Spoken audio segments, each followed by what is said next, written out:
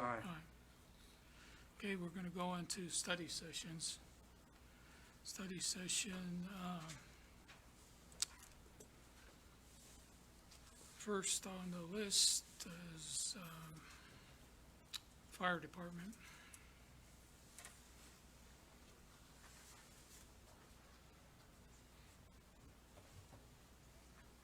Yeah, we got several items for you guys. Lieutenant Luloff submitted his letter of retirement. So, he's been a member since 2002. He's pursuing a career path in electronic security system installations. So we would like to thank him for his years of service, and then next week we'll request a motion to accept that I'll move to accept the, Whoop. study. study session. Bring it next week. Yeah. And then the next item, that leaves the fire department with a open lieutenant position. We have 5 members that tested successfully, passed the written exam. All 5 candidates moved to face a panel who evaluated them on their skills. Josh Hedlund came out of that throughout that process. So next week I would like to bring before you guys for Josh to become the next lieutenant to replace William Luloff. Okay. Okay. With that, that leaves an open position. So we are down 2. That would make us down 2. Right now we're currently down 1. So we do have a candidate for the open position right now, and then we'll have another position when Luloff is off the books sometime in late September. So right now we would like to try to fill this position with Landon Everett. He successfully interviewed, and we've known Landon for a while, and we kind of recruited him through high school and on. So he's pursued in the HCC program that they can take firefighter 1 and 2 and EMT through high school. Has been very successful with that kid, and he's working his way into a career path. So we'd like to move forward with Landon next week as well. Okay. Then the last item I think we're going to talk a little bit about in the IAP, which is we're at status 0 for level 3 gowns. The emergency management has secured us level 2 gowns through KDEM, which is it's better than nothing right now. We've been trying to find gowns and purchase. The only thing out there to purchase is extremely large orders. We didn't want to go with disposable gowns. We wanted to go with washable so that we didn't have this problem, and we can just wash these things, disinfect them, and then put them back into service. So we are wanting to see what your thoughts were on going ahead and moving forward before the state okays it with the gowns. I'm sure that this is probably something they are going to cover with SPART funds. It was requested in the SPART funds, but there's the ability right now. We have major hospitals in the Kansas City area that are about to put in a significant order, and the salesperson called me and said, I just want to make sure you guys have a heads up. They're going to have a significant order coming through. Your smaller order is going to get delayed by several months. So I don't know what you guys want to do, if you want to push forward with this or if you want to wait for state approval before we go forward with it. But I think if we do wait, I do believe it's going to be okayed by the state for the SPART funds. But if we wait and the other hospitals get their orders in, we're probably going to be a couple of months out. I would like to bring this forward today after the recess so we can get our order in, sort of banking on the fact that our Sparks order will get approved. We're after the date on reimbursement, so it has to be approved by them. But whether it's approved or not approved, we need these type 3 gowns, and we're 0, we can't get them. If we can get this $10,000 order of these reusable gowns, I think we need to pull the trigger and get them. So, I say bring it, okay, well, bring it forward. you know, when after, when we come back into commission, we- Okay, okay? That's all I got. All right. Police department, And you all have refresh too. pardon? Refresh really quick too. And I have just one item that I would like to bring next week is to pay the year 4 of 5-year contract agreement with Axon for an amount not to exceed $5,544. We purchased 21 tasers on a contract a couple of years ago, and this is our 4th year payment. okay, Okay, bring it next week. Okay, street. street, public works, Okay, we have several no parking requests. The first one is from, on Grimes, first to Hulse. The Grimes Street project reconstruction is now complete. Prior to the construction, parking was prohibited on the west side of the street.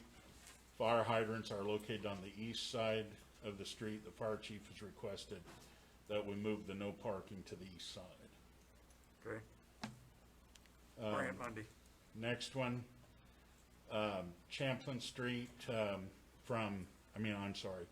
north front from Champlin to the east. We milled and overlaid, North Front Street. After milling was complete, there was not much structure left of the pavement. We think we should probably prohibit truck parking on this section. okay, bring it next week. Bring it next week. Next one is no parking on Plaza East. The construction of Plaza East is complete.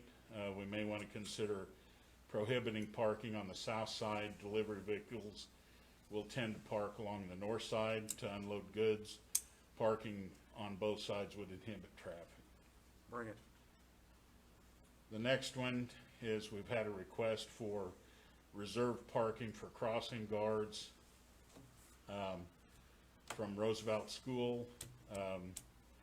The commission has denied reserved parking in the past many times, with the exception of the dedicated parking for businesses on Main during the COVID crisis only. So, whatever you guys feel Where would that parking be? near the intersection, so the crossing guards would always have a parking place there. It's the one at Chestnut and Avenue Way. Since the cross guards have to be out there 3 times a day, it just puts their car right there at the intersection where they can get to the kids fast enough. And with winter and everything else coming up, it's just a safe place for them to sit. That's the hardest part, the hardest area for them to have a place to park. So we were gonna ask the school or Jeff if they could just reserve that parking stall for us. Will that be the first stall that's diagonal on Chestnut? Right. So it's not gonna be up by the corner? It's gonna be, because it's a one-way, so when you come north, it's the So last one on the right. The furthest one north. Right. Okay, So the front of your car is gonna be facing east. okay. Right, okay. I would say that we bring this after the recess so you can work with the school district. Okay. Next, we advertised for the position of operator in training. We've interviewed the qualified candidates, and we'd like to make a conditional job offer to Travis Hale. He's worked for a local construction business for the past 4 years. We think that he'll be a good fit for the street department, and we're excited about his hire. If approved, he would start with the city on September 7th. I would suggest that we bring that to commission meeting following this Yeah. study session. It's fine. Okay, and then the second one, this would be the one that we held open from back in March, I think. Robert Wagner, been held open since last March, created by the resignation of one of the crew leaders. We'd like to go ahead and fill that position with Robert Wagner, and he too would start September 7th. I would also like to have you bring that to commission meeting following this study session.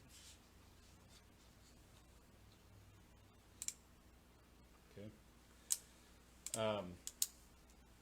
Next is a repair at on Fourth Street near Walnut.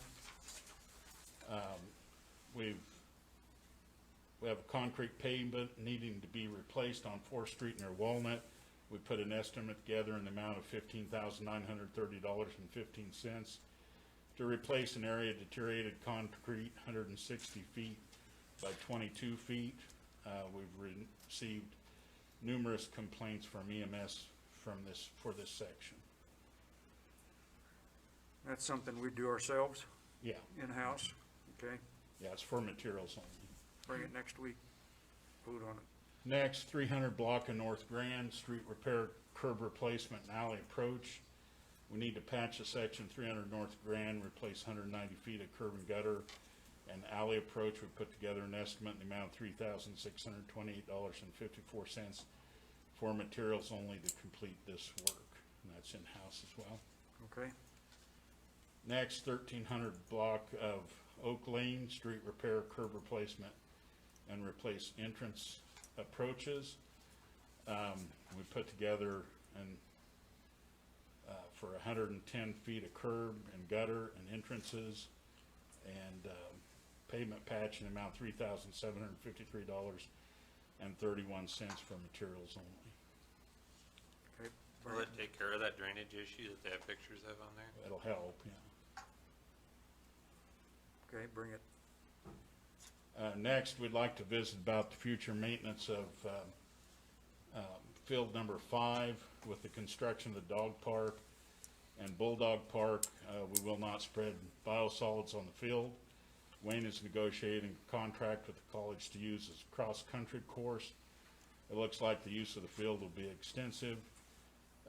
Should the maintenance of this field be turned over to the park department, and I asked Mike to come in and share his concerns with you on this. Okay, come on down.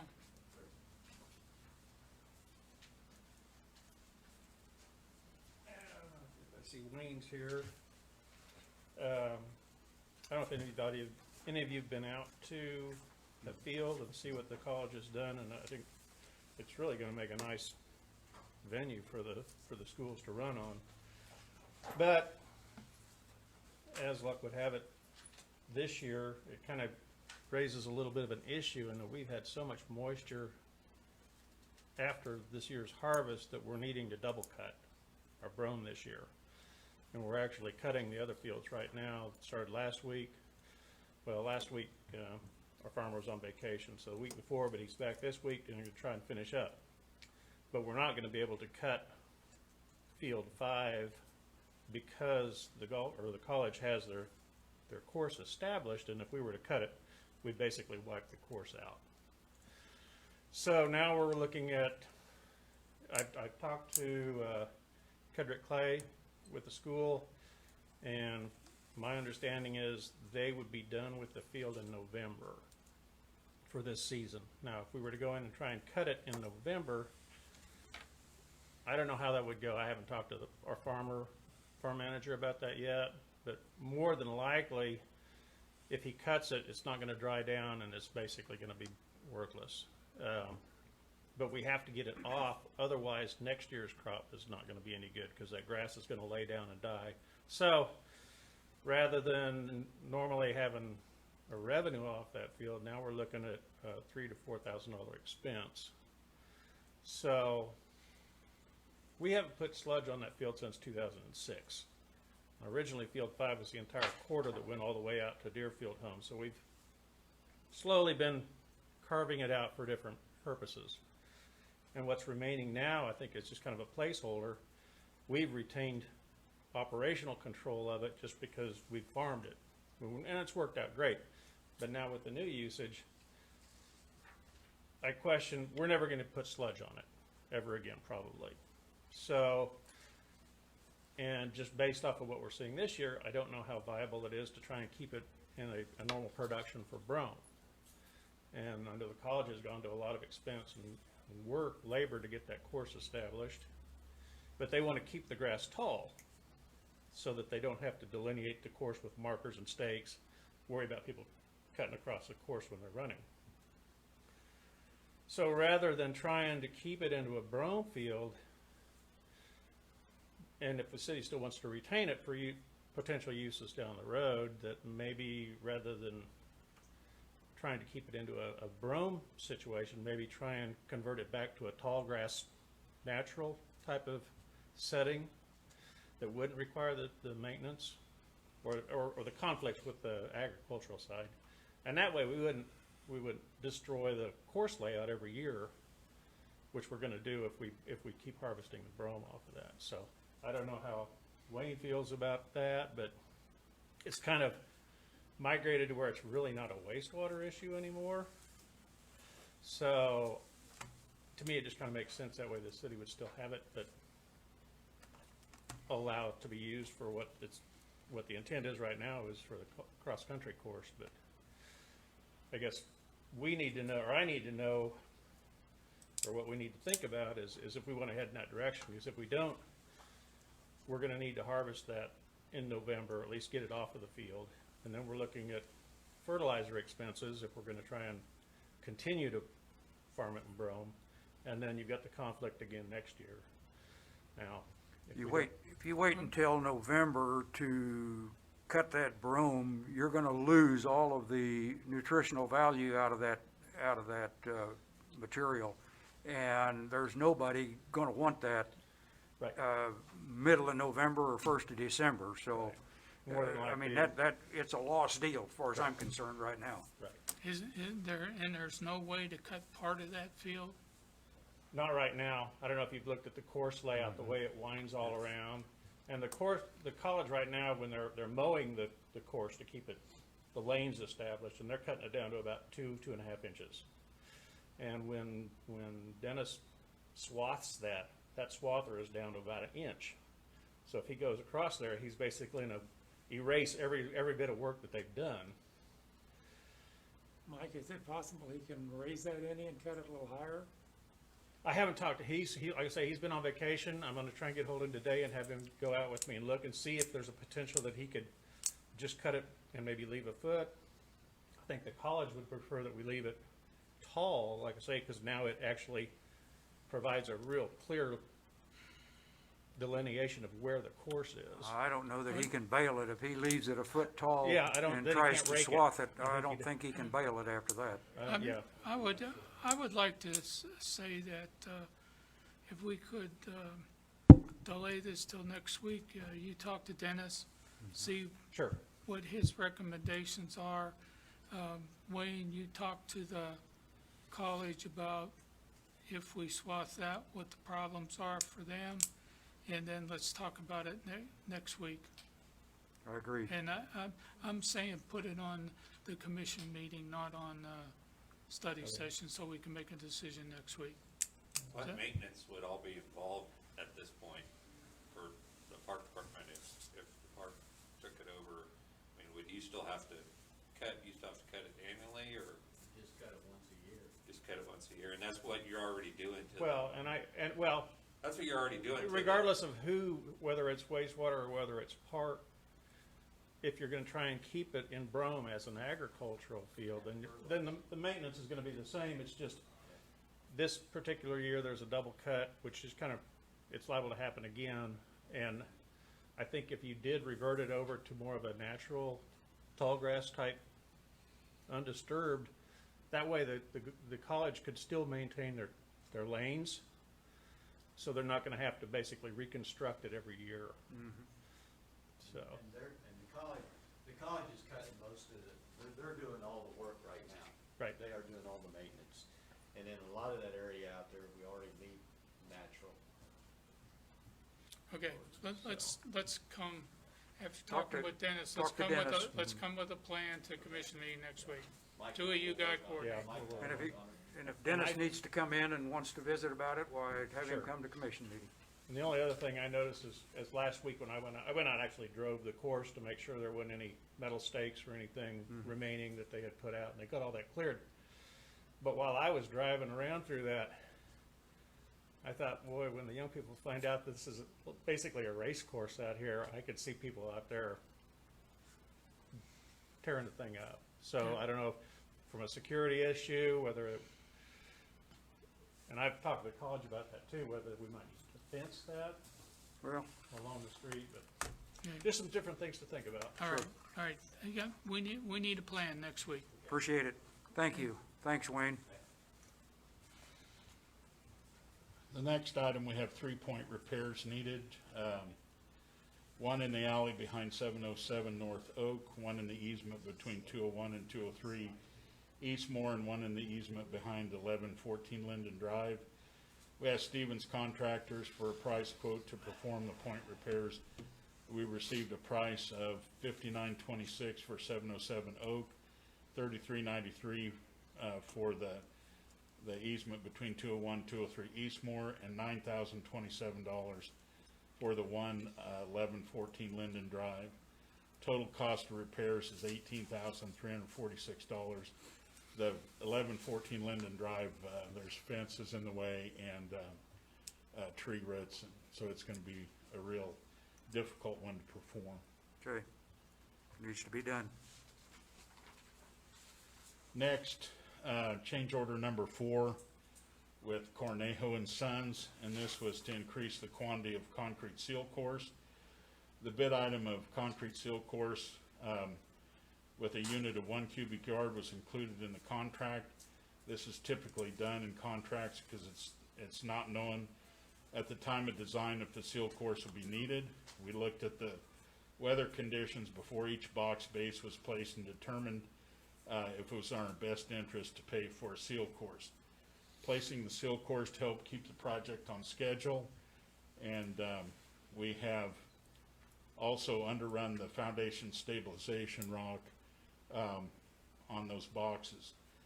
We would typically use foundation stabilization or concrete seal course. Net change in the contract, $14,553.75. Up in that area, a quarter-inch of rain would put about 2 feet of water deep in the channel. So, So agreeing next week. okay. Same project, change order number 5. No provisions were provided in the plans for expansion joint or contraction joint in the ditch liner. Initially, the design engineer replied it was not needed.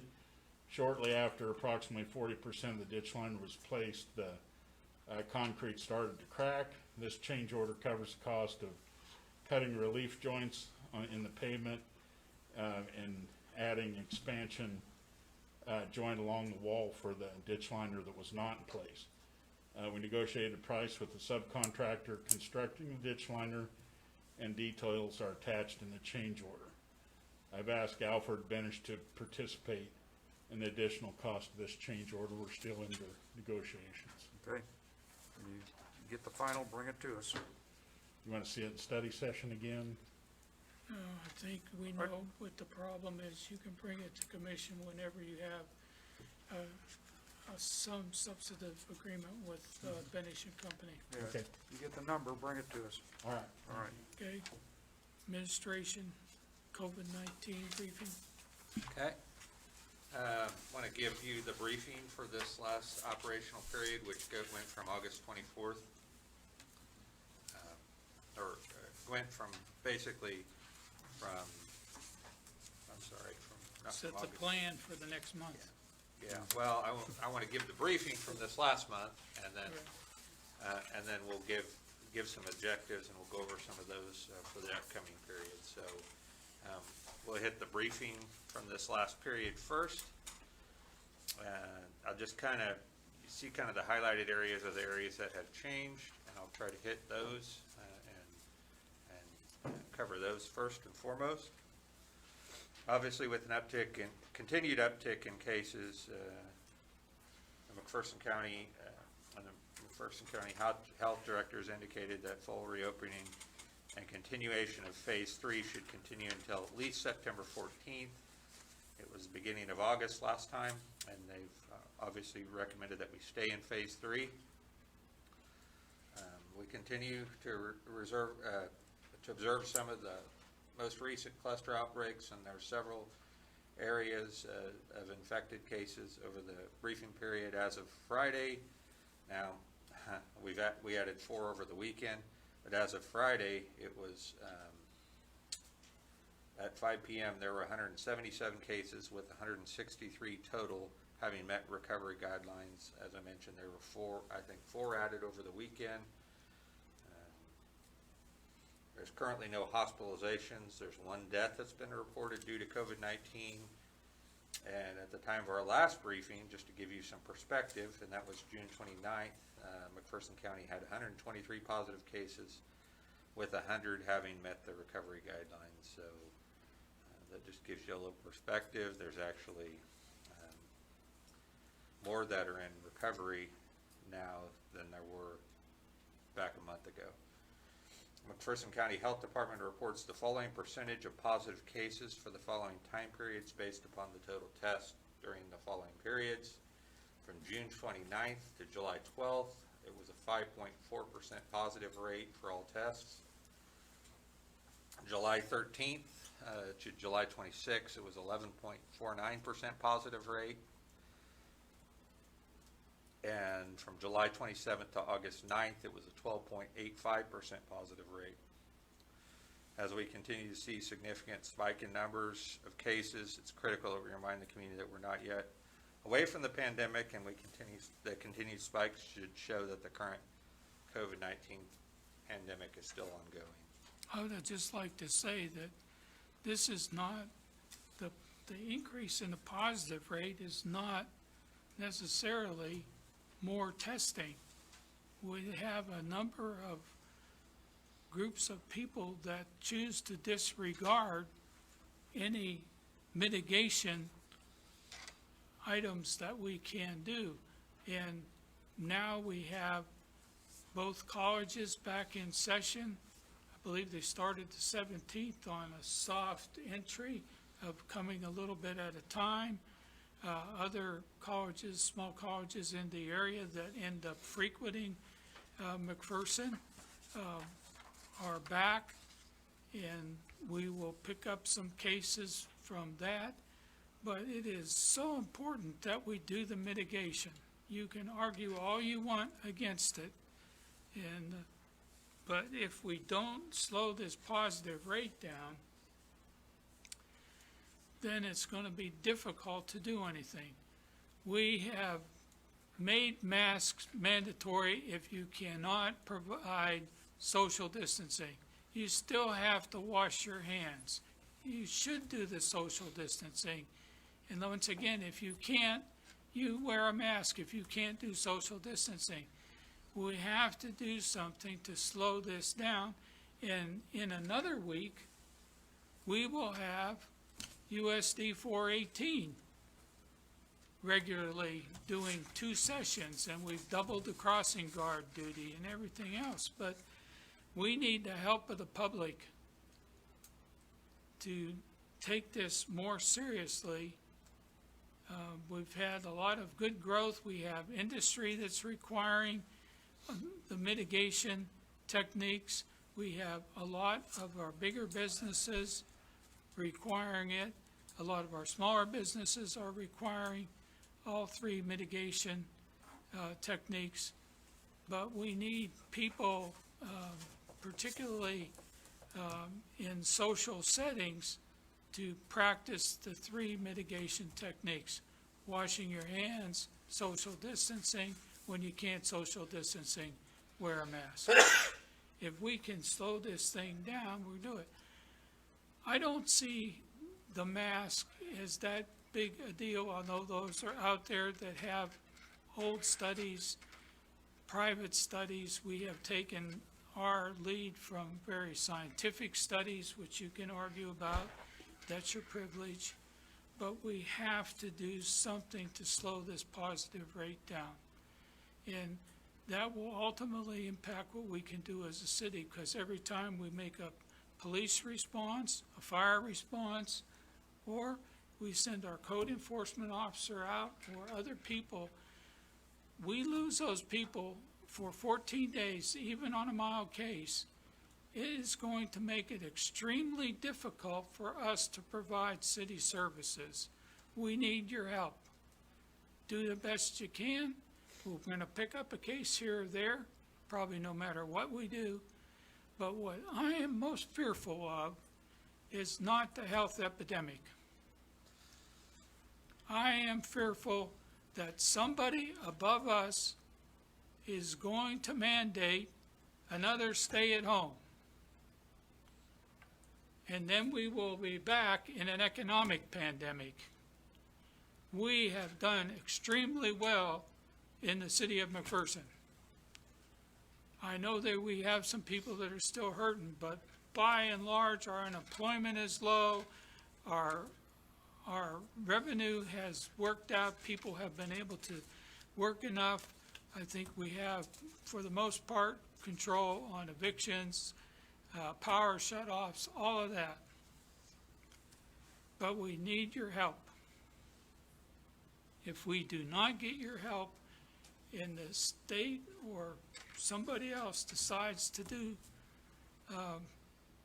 another stay-at-home, the people that already have a fragile business situation are not going to take another deal. That's why we're all doing this. Shop locally, do the 3 mitigation techniques, and let's keep everybody working and keeping their business going so we can make it through this. We do not want an economic pandemic in McPherson, like a lot of other people are going through. They have a health pandemic, they have an economic pandemic. We have a very slight health pandemic, which we're trying to keep at that level, and we have virtually minimal economic pandemic. The public has to help us do that. And even though we're short on some positions now, we will keep going, but if we have to quarantine, we will greatly reduce our services and make changes, so please help us. Yeah, and along that same line, you heard Jeff's report earlier this morning that we have one construction company that is completely shut down, and what that's going to do is delay the opening of Chestnut Street by at least a week and possibly longer than that. So we definitely need everybody's help to try to get this thing taken care of. Sorry. This isn't a surprise to anybody else, but as of at the end of on July 27th, the commission, based on the change in severity in the Harvard Global Health Institute, the McPherson City Commission voted unanimously to adopt a modified mask mandate in McPherson with City Ordinance number 3340, and also passed Resolution 2009 encouraging McPherson Board of County Commissioners to reconsider exempting the McPherson County Executive or the executive order from the governor, which was 2052, mandating masks. That mask ordinance number 3340 was adopted, and it was set to last until September 9th, 2020, unless extended by the governing body. I would just like to say on that, we had no intention in passing that of giving out a bunch of fines. We have taken an educational approach to try to get you to put a mask on if somebody has the potential of being cited. Over that month's time, we have given 9 citations.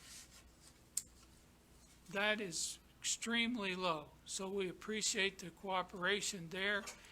We would rather that you wear a mask than have to give you a citation, so please help us. The McPherson Water Park remained open until August 15th, 2020, when it closed for the summer. Disinfection of the water park for the season was largely a success.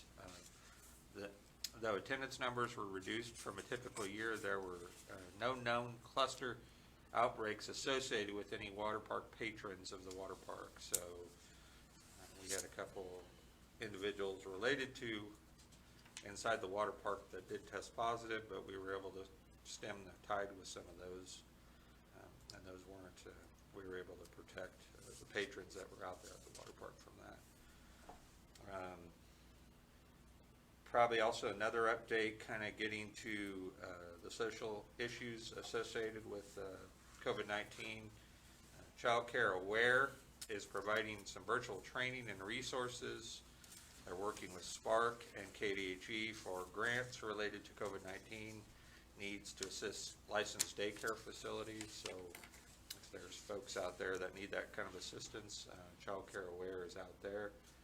CPRF, the outreach clinic, has started wheelchair repairs that they do. Heart to Heart is serving 18 individuals in McPherson, and they offer training virtually as well. That's a new thing that they started doing with the pandemic. The issue of human trafficking is a concern, and the need to educate public that human trafficking is a problem in the local area is out there. Housing Coalition has 5 families on their wait list. There's nationally 40% of all renters are at risk of eviction currently.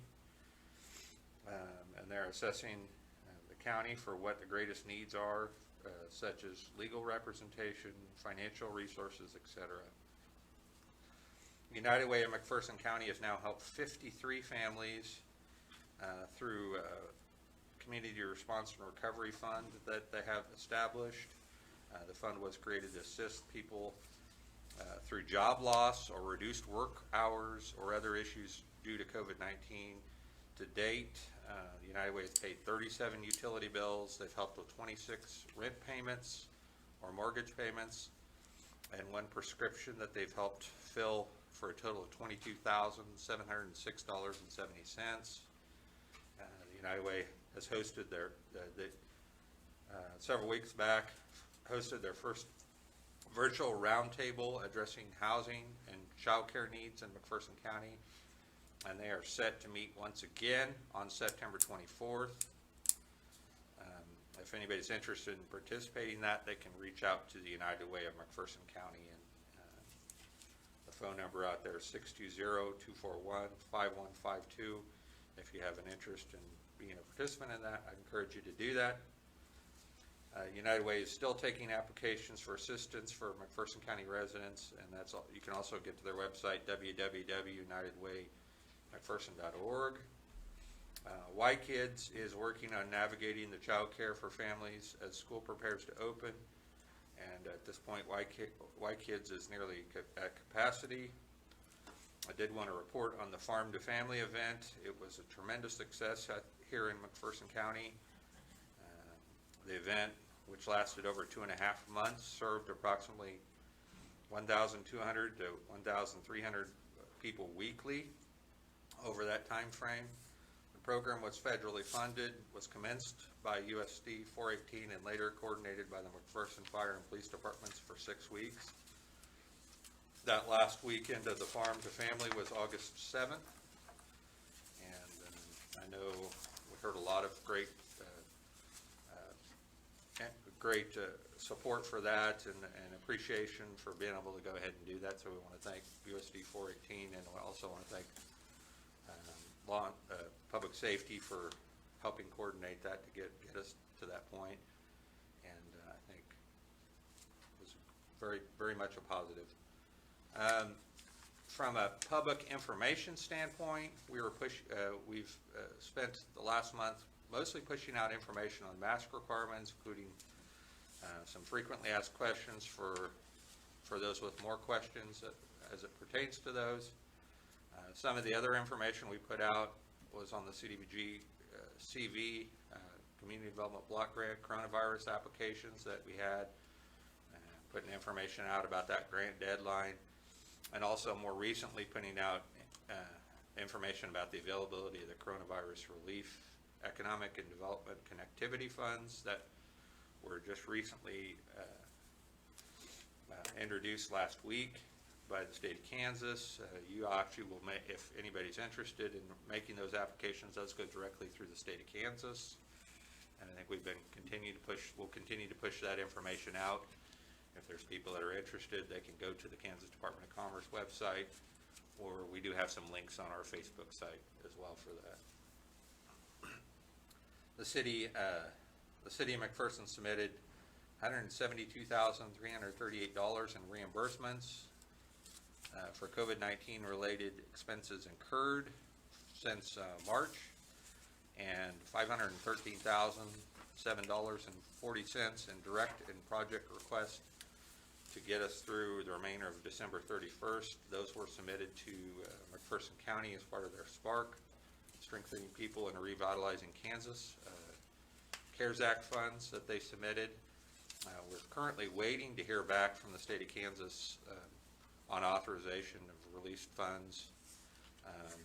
We hope probably within the next week or two that we'll hear some of those things, but as you mentioned, as Chief Weisman mentioned, there are some things that we'll have to start looking at getting now, including the gowns, which we do want to, you will see, is an objective item that we take care of for this more immediately.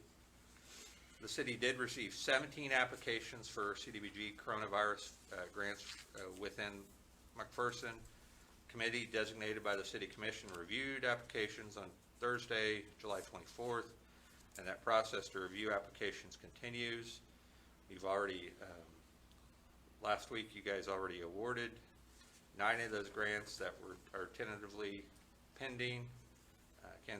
State of Kansas review and approval, as well as other paperwork. That leaves $34,500 to still be determined, and there are some pending paperwork and applications from those applications that are out there.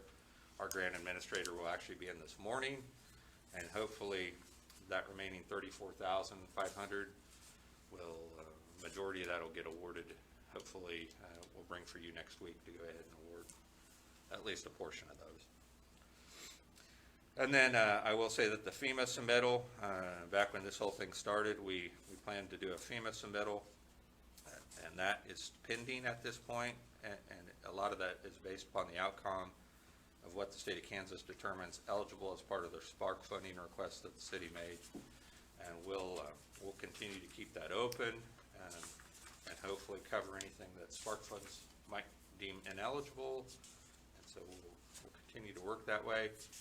If you flip past 2 or 3 pages later, you can kind of see some of the areas where we're getting, we've had some action and changes on some things, and obviously the medical gowns that fire department mentioned, we'll get into great detail because TJ already did that. The PDI Santa Cloth wipes, we're up 0 in hand there. And 95 masks, that shows 0 in hand as well. Biohazard bags, we're at 0 in hand, and these are all things that we've either moved around within some departments, or we've got outstanding requests for that we're going to continue to work towards. And I think when it gets to a critical period, we'll move forward with purchasing what we need to, I would assume. TJ? Yeah, so on the mask we're sharing, we shared masks with other departments that we need to get us up to at least operational status until we got N100s in. We were able to purchase 200 N100s, which we're going through about 8 a day right now. So we've been sharing resources with each other. Clorox cleanup disinfectant, we're down to 0 there here at the municipal center. Do we have orders for any more of those in too, Wade? We're still waiting on those. And that kind of covers the items that the PPE stock and disinfectant stock that we've got. I want to hit really quick on the EOC objectives for this upcoming period, and you can find those on 16. 16, yeah, page 16.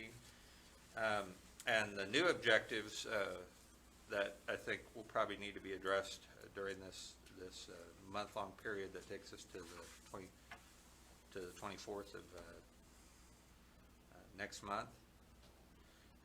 We need to either take action to allow the current mask ordinance to expire on September 9th, or extend the mask mandate ordinance beyond based upon the best available information we have near that date of September 9th. And obviously, it's too early to make that kind of call right now, but it's something that the governing body needs to be thinking about what they want to do there.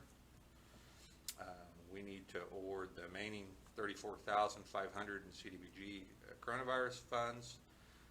I suspect, like as I mentioned, that we'll bring part of that maybe next week.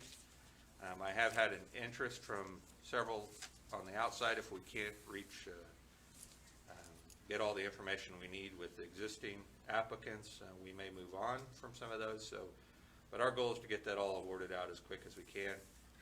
And then we want to explore and promote other coronavirus funds for both the city of McPherson and the city citizens and businesses. So we want to at least put that information out and let people know that those funds are out there. We'll continue to do that.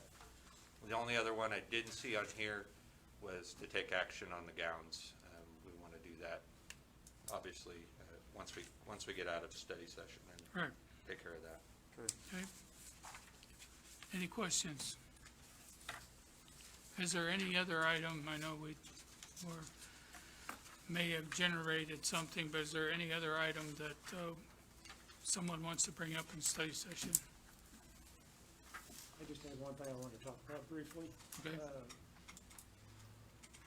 We've talked about the roads in Lakeside Drive around the park and the need that they need repair. And I was just wondering if it was possible, since we had a shortened season at the pool this year at the water park, and a little more money in there than what we anticipated, is it possible we could set aside about $100,000 of that into a CIP fund and earmark it for Lakeside roads? I would ask Janetta, do you know, we originally allocated 160, we transferred 50, where we're at? Off the cuff?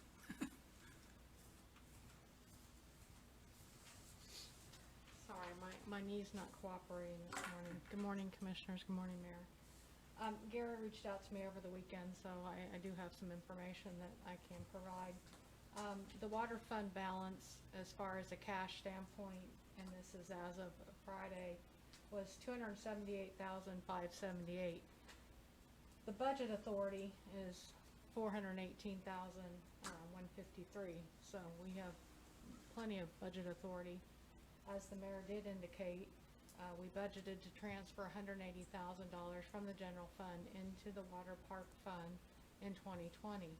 We had already transferred $60,000 prior to when we started the target budgeting back in May of 2020 based off of the impact of COVID on revenues this year. So we have the additional $120,000 to transfer in the general fund, of which we held off on that. And we held off on that to look to see where we were at as far as revenue and expenses by opening the water park, as well as where we will end revenues in the general fund. So at this point in time, I don't feel like we're in a position in the general fund to say, yes, we could transfer that remaining $120,000 into the water park at this point. Without transferring that $120,000, that will have an impact on future capital needs of the water park. And I guess,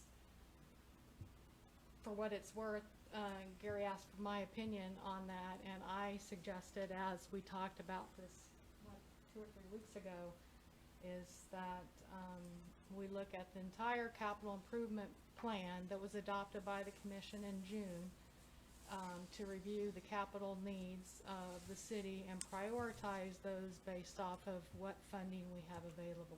So Would it be safe to say we don't have all the expenses yet for the water park to know what revenues versus expenditures were? That's correct. I would encourage us to at least wait till we have those in, because I would suspect that our expenses, though they might have been a little bit lower than they normally are, it may pale in comparison to how far our revenues were probably down at the water park. So I think once we have a better picture of that, I mean, mean, we could always make that consideration to do that, and then we could also look at it from a capital standpoint, but maybe you could take a portion of those, but as far as taking 100,000 or 120,000 and putting it over to there, you know, I think those are all things that we need to see exactly where we're at from a cash Okay. standpoint. Yeah, before I we- think there's kind of a three-prong approach. We need to wait and see what the revenues in the general fund look like as far as finalizing the remaining transfer from, general fund into, the water park. And I think, one of the discussions as we, put together the capital improvement plan, and, there has not been a designated, source of revenue or funds for capital type expenses, for the water park, other than just the remaining cash balance that, And this is not a water park thing. This is a road. So I don't see us putting money to the water park, on that. I don't want to confuse this with water park versus, a road. And if there is money available, I think we need to look at all the sources that we have and get a new estimate of where we're at. I still, I said this a couple of weeks ago, and I think Commissioner has a reasonable idea. If we have money that we didn't spend for this year to transfer to a capital improvement project cover, if the county can help us to do that yet.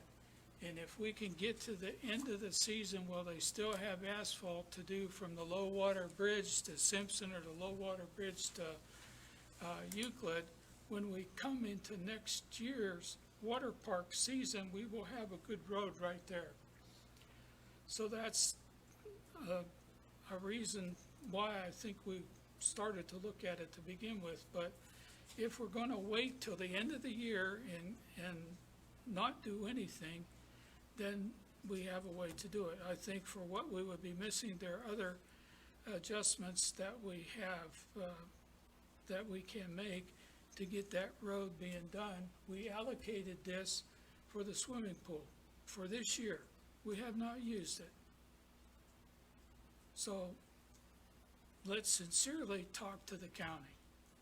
If they think that they can help us, then let's seriously pursue how we can do 166,000, utilizing this money and others to get it done so it's done and it's ready for next season. If we don't do it, it can't be done by then, we are not going to get it done till after the pool season next year. So that, to me, is a reason to more seriously look at this. We will not be able to afford a contractor to do it. That's right. So- If we can't get county help, then Yeah, I don't think so- we can but- afford to do it. But I do think we should pursue seriously county help this year before the asphalt plants slow down. And even if we have to use their asphalt, which I know we prefer sometimes APAC on the street, but maybe their asphalt, which they use on County Road, is well worth the use in a park street or road.